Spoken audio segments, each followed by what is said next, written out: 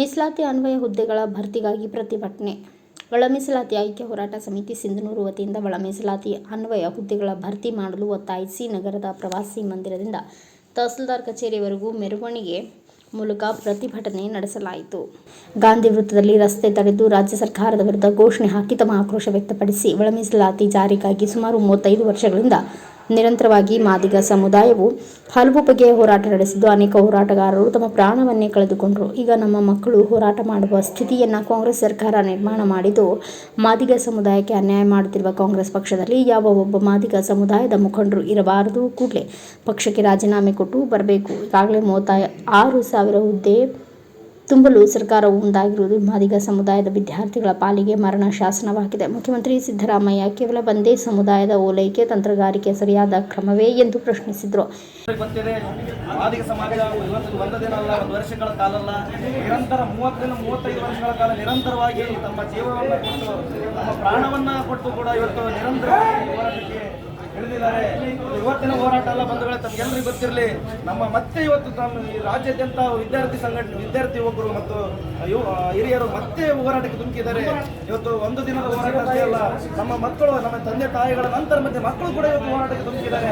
ಯಾಕಂತಂದ್ರೆ ನಮ್ಮ ನಿಜವಾದ ಹಕ್ಕು ನಮಗೆ ಸಿಗಬೇಕು ಅಂತೇಳಿ, ನಮ್ಮ ನಿಜವಾದ ಮೀಸಲು ನಮಗೆ ಸಿಗಬೇಕು ಅಂತೇಳಿ ಇವತ್ತು ನಿರಂತರ ಹೋರಾಟ ಇಡೀ ರಾಜ್ಯಾದ್ಯಂತ ಮತ್ತೆ ಮುಗಿಲೇಳ್ತಾ ಇದೆ.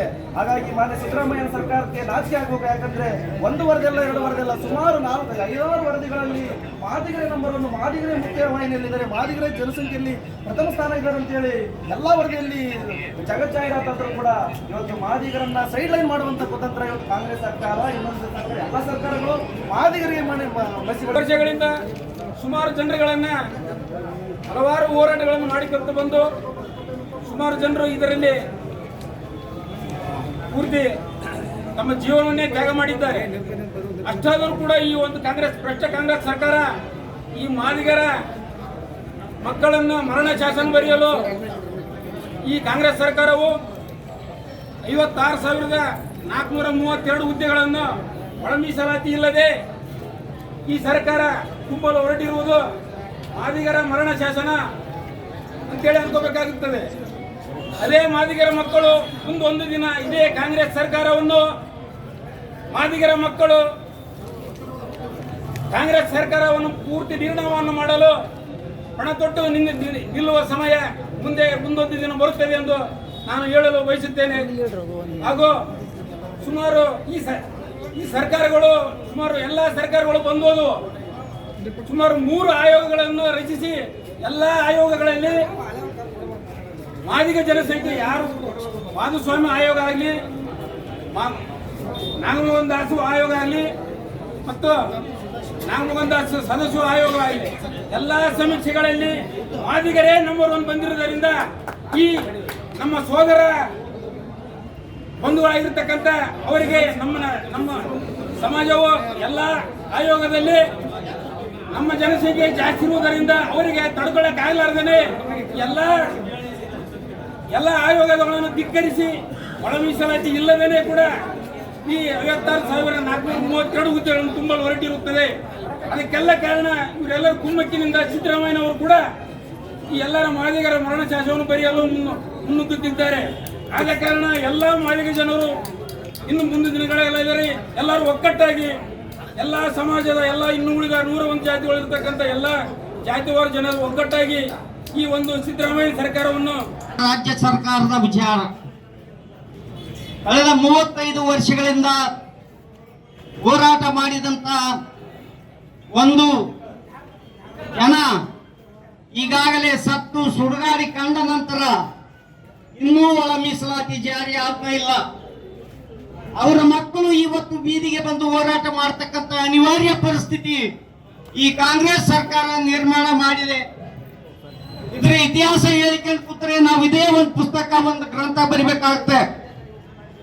ಒಂದು ವೇಳೆ ಇವತ್ತು ನಾವು ನೀವು ಅಧಿಕಾರವನ್ನು ಸ್ವೀಕಾರ ಮಾಡಿ ದಲಿತ ಮತ್ತು ಎಲ್ಲಾ ಜನಾಂಗದವರ ಓಟ್ಗಳನ್ನು ಪಡೆದ ಅಧಿಕಾರದಲ್ಲಿ ಕೂತ್ಕೊಂಡು ಇವತ್ತು ತಾವು ಏನ್ ಮಾಡ್ತಾ ಇದ್ರು. ಮೊನ್ನೆ ಮಾಧ್ಯಮದಲ್ಲಿ ಎಸ್ ಸಿ ಮಾದೇಪ್ಪ ಅವರೊಂದು ಪ್ರಶ್ನೆ ಕೇಳಿದಂತ ಸಂದರ್ಭದಲ್ಲಿ ಎಸ್ ಸಿ ಮಾದೇಪ್ಪ ಅವರು ಹೇಳ್ತಾರೆ, ಇವತ್ತು ಒಳ ಮೀಸಲಾತಿ ಅಡಿಯಲ್ಲೇ ಇವತ್ತು ನಾವು ಇವತ್ತೇನು 56,000 436 ಹುದ್ದೆಗಳನ್ನು ಭರ್ತಿ ಮಾಡ್ತಾ ಇದೀವಿ ಅನ್ನತಕ್ಕಂಥ ಇವತ್ತು ಉಡುಪಿ ಉತ್ತರಗಳನ್ನು ಕೊಡ್ತಾ ಇದ್ರಲ್ಲ, ನಿಜವಾಗ್ಲೂ ನಿಮಗೆ ಏನಾದರೂ ಬಾಬಾ ಸಾಹೇಬ್ ಅಂಬೇಡ್ಕರ್ ಮೇಲೆ ಏನಾದರೂ ಗೌರವ ಇತ್ತು, ಸಂವಿಧಾನದ ಮೇಲೆ ಗೌರವ ಇದ್ರು, ಸಂವಿಧಾನಾತ್ಮಕವಾಗಿ ನಡೀತಿದೆ ಅನ್ನುವಂಥ ಮಾತನ್ನು ಹೇಳ್ತಾ ಇದ್ರಿ. ಅಲ್ಲ ಸ್ವಾಮಿ, ಇವತ್ತು ಜನಸಂಖ್ಯೆ ಅನುಗುಣವಾಗಿ ಮೀಸಲಾತಿ ಸಿಗಬೇಕನ್ನೋ ಹೋರಾಟ ಸುಮಾರು 35 ವರ್ಷಗಳಿಂದ ಸತತ ಮಾಡಿಕೊಂಡು ಬಂದರೂ ಸಹ ಇವತ್ತು ನಮ್ಮ ನಾಳುವಂತ ರಾಜಕೀಯ ಪಕ್ಷಗಳು, ಇವತ್ತು ಕಾಂಗ್ರೆಸ್ ಆಗಿರಲಿ, ಬಿಜೆಪಿ ಆಗಿರಲಿ, ಜೆಡಿಎಸ್ ಆಗಿರಲಿ, ಇವತ್ತು ನಮಗೆ ತಮ್ಮ ಚುನಾವಣೆ ಪ್ರಣಾಳಿಕೆಯಲ್ಲಿ ನಾವು ಅಧಿಕಾರಕ್ಕೆ ಬಂದ ತಕ್ಷಣವೇ ಇವತ್ತು ಒಳ ಮೀಸಲಾತಿ ಜಾರಿ ಮಾಡ್ತೇವೆ ಅಂತ ಹೇಳಿ ಇವತ್ತು ನಮಗೆ ಆಶೆಯನ್ನು ತೋರಿಸಿ ಮೂಗಿಗೆ ತುಪ್ಪರಿಸುವಂತ ಕೆಲಸ ಮಾಡ್ತಾ ಇದ್ರಲ್ಲ, ಇದು ಯಾ ನ್ಯಾಯ? ಹಾಗಾಗಿ ಇವತ್ತು ಮಾದಿಗ ಸಮುದಾಯಕ್ಕೆ ಮುಂದೊಂದು ಈ ವೇಳೆ ಬೋನವೆಂಚರ್ ಮರಿಯಪ್ಪ, ಬಿಎಸ್ಪಿ ಹನುಮಂತಪ್ಪ ಪನ್ನೂರು, ವೆಂಕಟೇಶ್ ಗಿರಿಜಾಲಿ, ಯಮನಪ್ಪ, ಬಿಎಸ್ಎನ್ಎಲ್ ಹನುಮಂತಪ್ಪ ಹಂಪನಾಳ್, ಹುಸೇನಪ್ಪ ಸೋಲಂಗಿ, ಶಿವರಾಜ್ ಉಪ್ಪಲದೊಡ್ಡಿ, ಮಹದೇವಪ್ಪ ದುಮತಿ, ವೀರೇಶ್ ಉಪ್ಪಲದೊಡ್ಡಿ, ಮೌನೇಶ್ ಜಾಲ್ವಾಡ್ಗಿ, ಹನುಮೇಶ್ ಕರ್ನಿ, ದುರ್ಗೇಶ್ ಬಾಲಿ, ಅಶೋಕ್ ಮೇಗಳಮನಿ, ದುರ್ಗಪ್ಪ ಯಡಗಿ ಬಾಳ್ ಸೇರಿದಂತೆ ಅನೇಕರು ಉಪಸ್ಥಿತರಿದ್ದರು. ಬ್ಯೂರೋ ರಿಪೋರ್ಟ್ ಬಸವರಾಜ ಬುಕನಟ್ಟಿ, ಭಾರತ ವೈಭವ news, Sindhanur. Thanks for watching. Read, discuss and debate with editor Dr. Yan Prashant Rao. Wanted reporters in print, digital and visual media for Bharat Vaibhav Daily Newspaper, BV News 5 Channel and BV Fast Web News from all the talukas of Karnataka, Goa and Maharashtra.